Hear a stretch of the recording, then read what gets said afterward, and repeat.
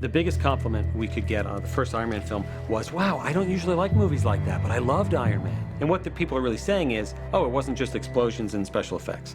I cared about the characters. Iron Man, that's kind of catchy. It's got a nice ring to it. It was a very fresh thing to do at the end of the first movie, to announce that he was Iron Man and to not do the secret identity thing. I am Iron Man. It's one thing to say you're Iron Man and another thing to actually even know what that means. It allows for a whole world of possibilities that don't normally exist in this kind of a movie. To really flesh out this character, make us, care about this guy and really wonder what's this dynamic gonna be. There's so many interesting characters and relationships. When you have somebody like Robert Downey, you have Gwyneth Paltrow, you've got a character as rich as Tony Stark, you want to further explore the trials and tribulations of being Tony Stark. Part of the appeal of Tony Stark is the damage, and, he's a complicated figure. And somebody who is seemingly on top of the world, who has no connection to their father at all. I never got to say goodbye to my father. He has to be injured by the ghost of his legacy. And I thought that was great. So this time we wanted to tell this part of a bigger story, It feels really fresh and exciting. Everyone has their common interest of creating the best movie possible. Kevin Feige, I've heard a million times say, I'm sitting in my seat, I want to see Iron Man do this. We found a tone with Iron Man 1 that was new and fresh and cool. And how do we keep that tone going? We were an underdog the first time we came around. All eyes were on us this time.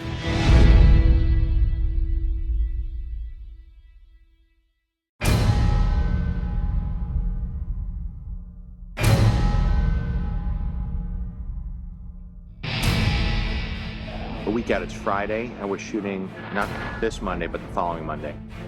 Mickey hasn't come into town yet. I've only sat down with the guy once. He's called me and texted me from Russia. He took it upon himself to fly to Russia and go to a prison, which I thought showed some commitment. He keeps faxing me lines that he wants to translate into Russian that he wants to say to his cockatoo. And I say, that's your prerogative.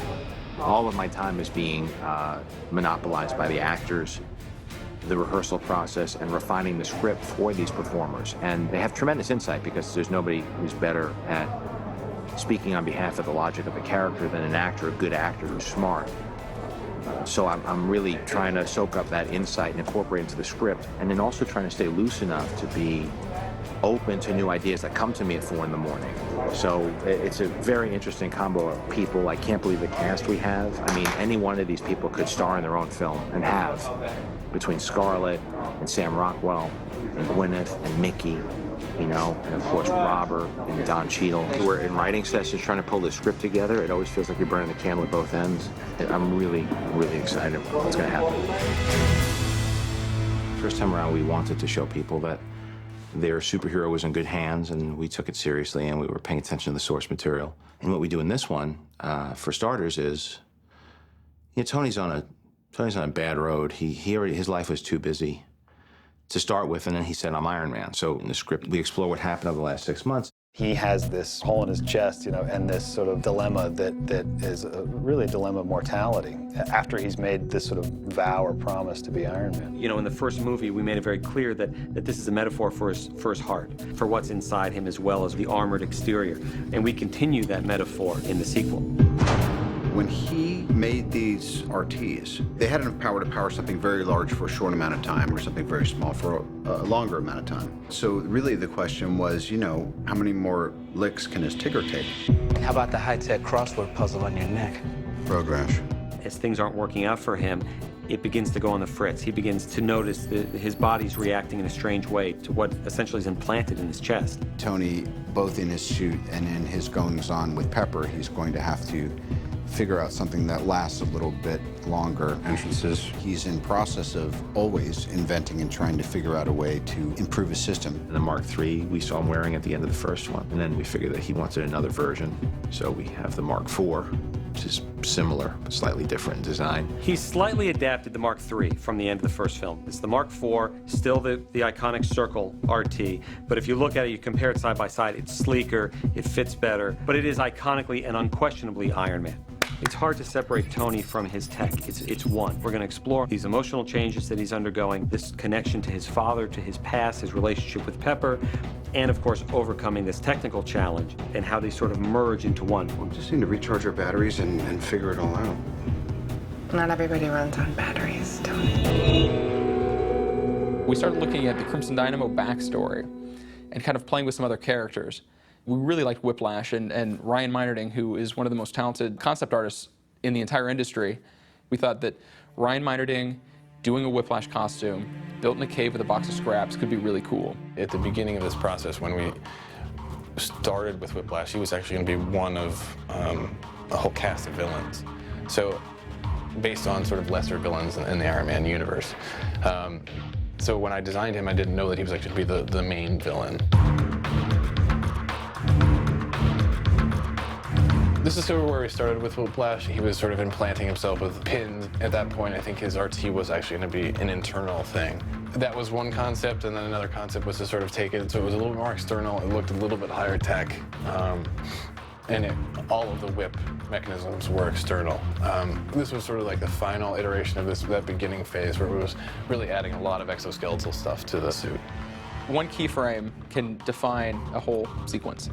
You know, I mean, then we start building storyboards and we start writing script pages, but if there's an idea for a moment that John can communicate to Ryan can put down on paper, it can just inspire everybody. We didn't want it to be so overwhelming that you couldn't see the person underneath it, and when Mickey ended up getting cast, it made a lot of sense to show as much of him as possible. Trying to find a way to add some sort of realism to the character. And I think that's primarily what my job is. We'd always sort of thought that he was going to be this sort of badass Russian prisoner. That's the archetype, if you will, that I went for in the first drawings. When we found out that it was going to be Mickey, it was definitely, it added a lot to the design, and I ended up doing a sketch of him as that character. And I think it added a whole new, like, really, gritty, dark dimension to it. That's great. The keyframes are important, too, because I'm going to have Mickey in here today, and this is going to mean a lot more than the pages. This is going to be a good, as an actor, I get that. Fortunately, I have a really good team of people, and we've divided the work well, and I feel like I've delegated properly, and I have a lot of good people working on the visual effects side of things, and we're really a step ahead as far as motion capture and doing previs based on performance by stunt people, and Maddie's in the volume operating the camera. So our previs isn't just coming out of a previs department of animators and basically, techs that are doing the job of the editor, the stunt coordinator, and the cinematographer. We're actually engaging all those people in that process. So my hope is that we're actually a leg up on that work.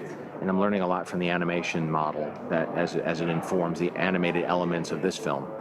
And my job has been to keep that consistent with what we're doing in the script and with the actors. With this much action and this much visual effects, storyboards pale in comparison to what previs can do. Ultimately, that was just a template. It was sort of an example of a vibe for the camera that everybody can sort of understand. And then subsequently, you have first unit shooting what we have to shoot. We have second unit shooting what they have to shoot. You have the effects people knowing exactly how much we're going to see. It's a better method of communication, really, for all the people that have to be involved.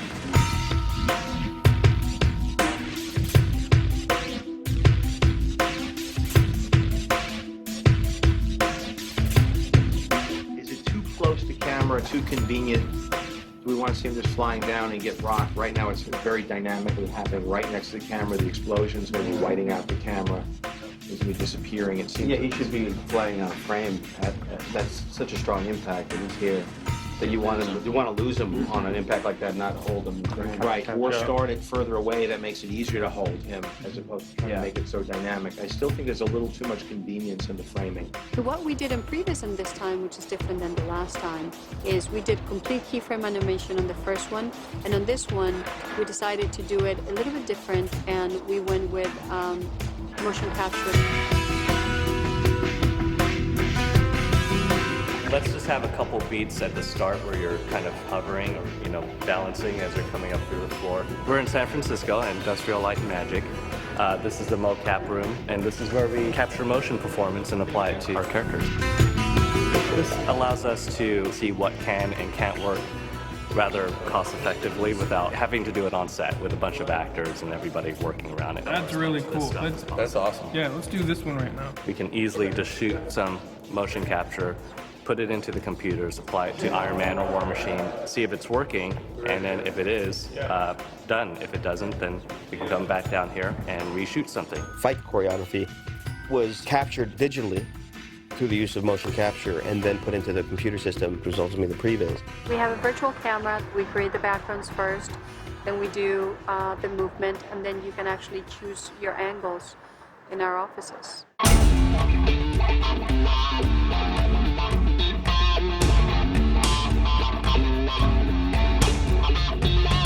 You know, we moved aside of Iron Man, and what we could do is here, we could have this guy fly away.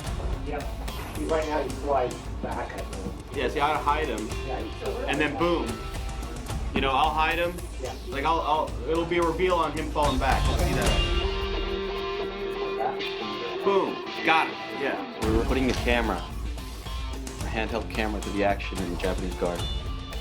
All the stuff that you've seen here is motion captured. Been put in this computer, this volume, and now we're in this room shooting it as if we were shooting the scene. That magic up there allows us to triangulate the camera based on the digital environment. Using a virtual camera, not unlike what they used for Avatar, it was much more effective than me sitting at a computer with a preview artist and saying, okay, well, let's change the lens to a 27. And then you're just sitting there and with keystrokes trying to move a sig. Well, it's much more effective if I can hold the camera, have the choreography being done digitally in front of me, look at this tablet that's ultimately my camera, react to the movements, and then all of a sudden be inspired by one move that takes the camera to another place. This technology allowed me to get a lot of shots done in a short amount of time. Action.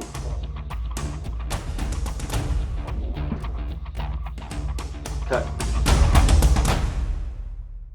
About a week ago, I was starting to freak out. When it was looking for a minute there, like it might not be working out with Mickey. That really scared me because even though I don't know what to expect with him, I know he's going to bring something, and the last thing I want is it to be boring and predictable. And I know that even though I don't know the guy and it's going to be interesting working with him, I know he's going to bring something really cool and inspired. And I'd rather manage that than try to inspire somebody who's coming in just to please. Mickey he's just a sweet and smart actor. John felt this strong connection to the idea of Mickey being brought into the loop. I think it's really good because everybody's in sync together. You know, Robert is going to bring his thing to the table, and, you know, I bring whatever I'm feeling that day. I think probably the most intense, legitimate, real process-driven days were the days where John and Mickey were working very closely on kind of building up his backstory. This is what you've been working on your own in Russia. In Russia. And the big thing, which is just a circle right now, is the piece of tech that fits in here that actually Russell Bobbitt, the prop guy, I think he's working the real one. Oh, is he? And we're going to install it so you can see it lit. Ryan had designed, he gave us the designs for Whiplash, you know, approved by John. We wanted to kind of give it a much rawer, grittier feel to it. Bruce Mitchell, who's doing some fabrication work, he just took that and he just ran with leather, does great leather work. We will have little parts that will be moving on the back that are radio controlled, and with a little spine piece that moves. So we may have about 4 or 5 servos, you know, on the back side of the suit. This is the original mock-up for Whiplash that we put together. It's all kind of out of foam parts, but we did this so we could just get the initial feel of how he's going to move. You can see here we have spandex flexible parts through here. It's just an idea to conceptually get a working suit down before we moved into the leather. These things back here will be this color. Yeah, well, something like that. Yeah. I mean, this is what the Iron Man suit was made of. Just Lawrence, try this on. When Bruce gets here, this is cool. Should I whip this thing on? Yeah, should I try it on? Yeah, absolutely. I'm sitting here now before we've even filmed a day of him in this suit. And I think you have to include the actors because they're the guys that bring the stuff to life. Because the more interactive and the more they feel that they belong to that thing, the better. I didn't really want to be in a whole full suit, you know, that was part of the appeal to me, that it was just, you know, it was skin and leather and whatever these things are made out of. They built a great suit that weighs 38 pounds, not including the arms. So what I did is I worked with my trainer for about 7 weeks with a 40-pound vest on a treadmill for like 40 minutes. So I wouldn't get exhausted every time I put the suit on, because the first time I put the suit on, I said, man, you know, this ain't gonna cut it. Yeah. Oh yeah. I mean, that's crazy. Insane. That's why I here check the mirror. Wow. How mad would they be if I Twitter this? That was the first time that John had seen what we were building. The first time we met Mickey,